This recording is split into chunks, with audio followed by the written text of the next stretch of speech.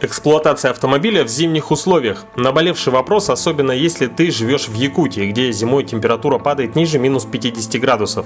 Что делать, если покупать теплый гараж по цене квартиры не получается? В этом выпуске я попробую вам в этом помочь. На себе я проверил все способы, кроме электрического подогревателя двигателя, так называемого кипятильника. Просто у меня не было возможности ставить автомобиль прямо под окном и подключать его в розетку, хотя это тоже очень неплохой вариант, пользующийся большой популярностью. Первое, что пришло в голову, это портативный тканевый гараж. Неплохое решение, надо сказать, но опыт его использования на Nissan Safari немного утомил, особенно процесс надевания гаража. В мороз бегать с одеялом вокруг авто – то еще развлечение. Да и потом, когда местные дворовые собаки облюбовали его, пришлось класть его уже не в багажник, а носить до кладовки. Так, короче, я проспал. Машина стояла, в салоне минус 15, на улице минус 30. Сейчас попробуем завести. Так, Королка, давай-ка, удиви-ка нас. Ага.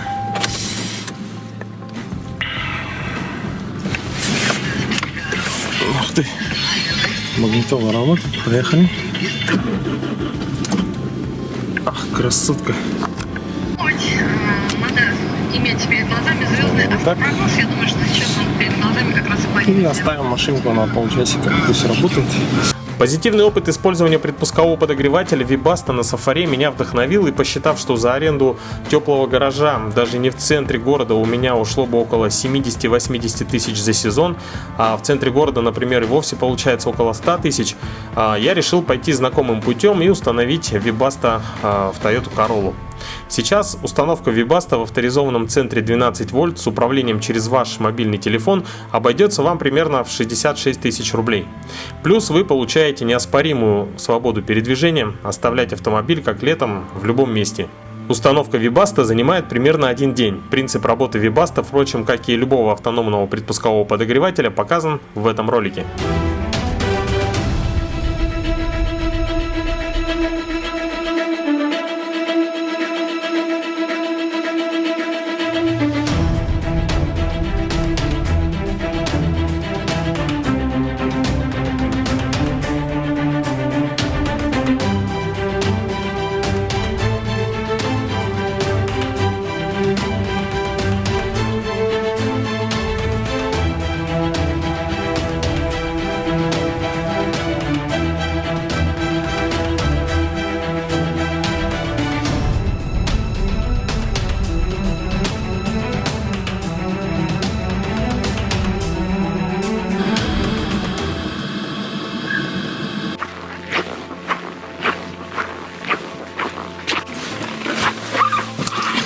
Ух, как свежо. Так, машинка 40 минут разогревалась Webasto. В салоне минус 29, 28. Поехали.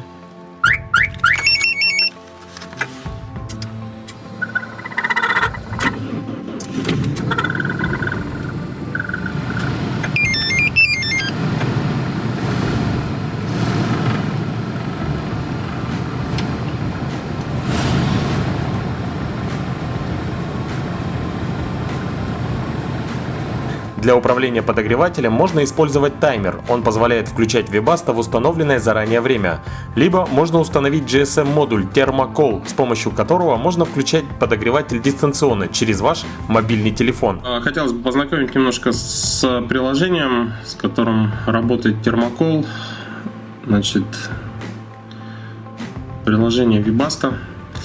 Здесь все очень достаточно просто. Установка времени работы подогревателя. Тут стоит 60 минут.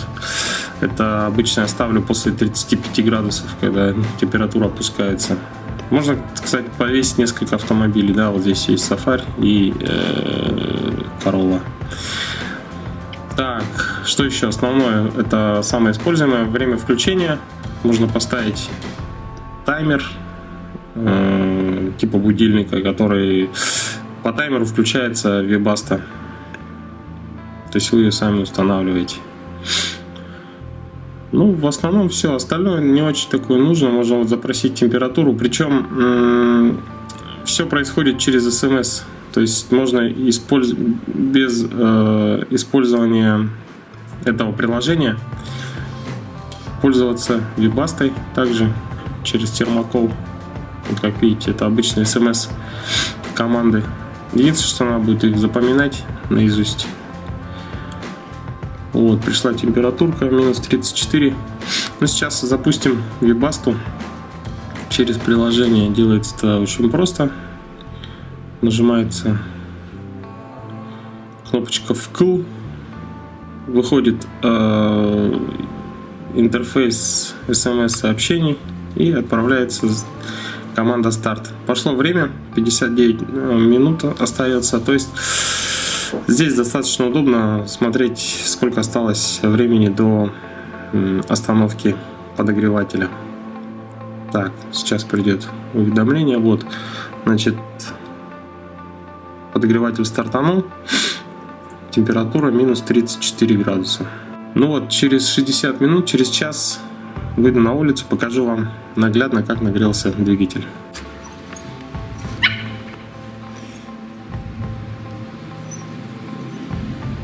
Так, обогрев подошел к концу.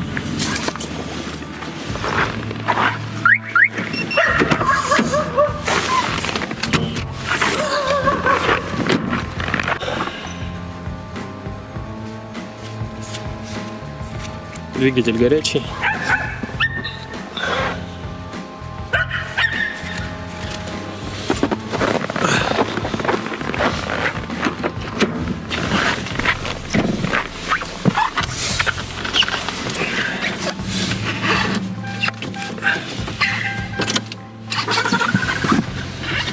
Итак, температура уже прогрелась, двигатель прогрет.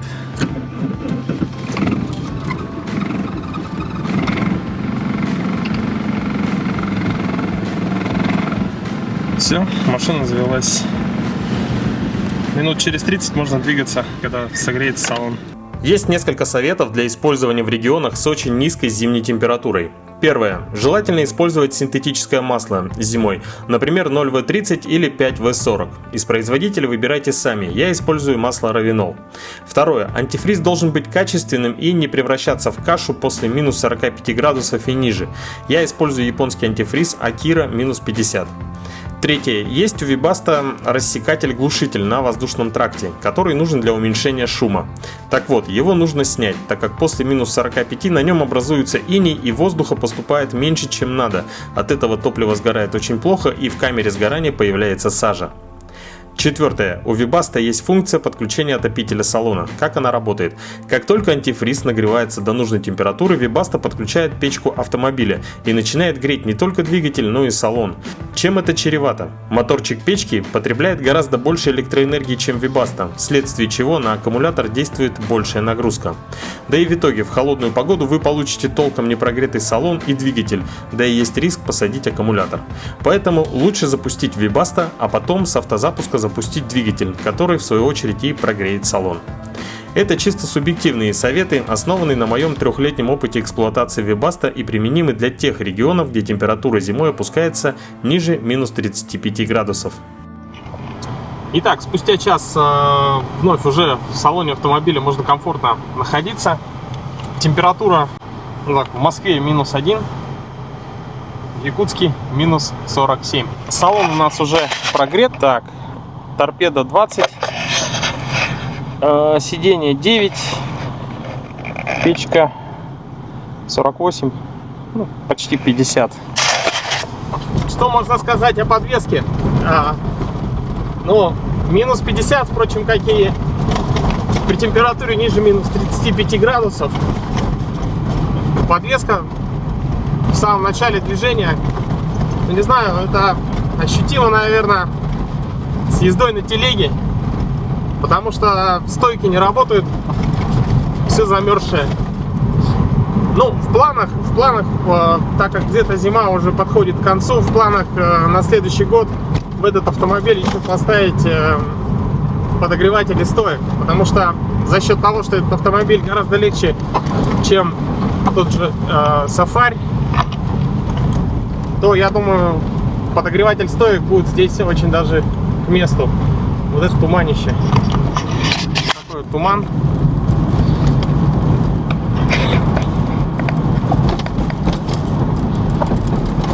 Вот проблема нашего города еще вот эти пазики, у которых выхлоп идет на левую сторону. И когда такой автобус отходит от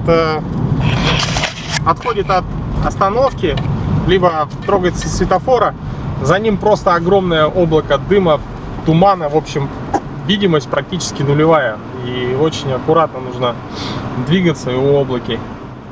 Вообще надо аккуратно ездить в тумане, не записывать ничего на видеокамеру в движении. В общем, отключаемся.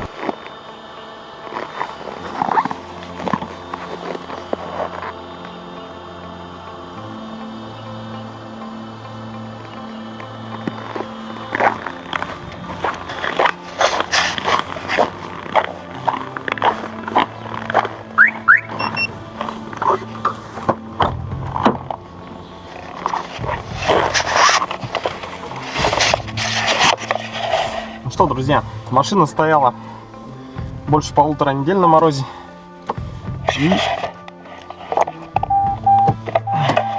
и сейчас будет процесс ее заведения. Так,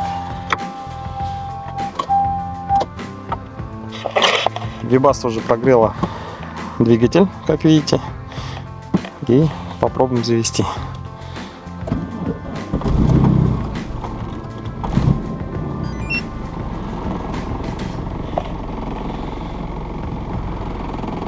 Ну что, все просто, как раз 2-3, друзья.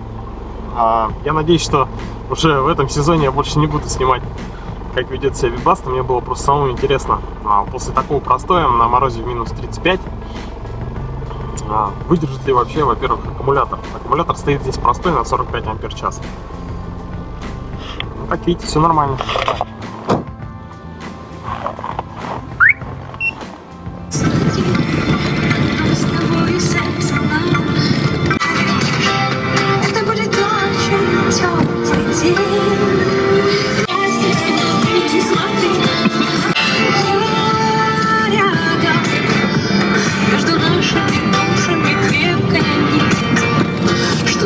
Друзья, ну что же, сегодня мы будем разогревать Сафаря. Нужно его подготовить к ралли-рейду «Полюс холода», поездки в сторону Аймикона.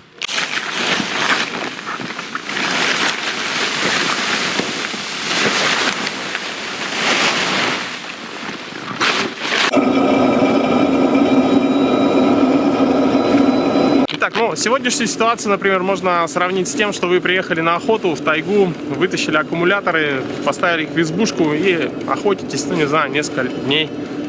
Затем процедура простая: ставить аккумуляторы обратно,